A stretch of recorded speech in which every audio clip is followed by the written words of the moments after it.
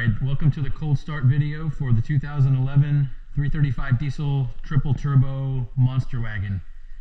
First of all, you can see here that the ambient is 82 degrees on the garage floor, and then we go up here, the engine is the same-ish, 84, 86, something like that.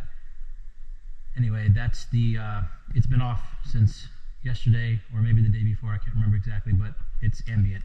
So we'll go ahead and start this.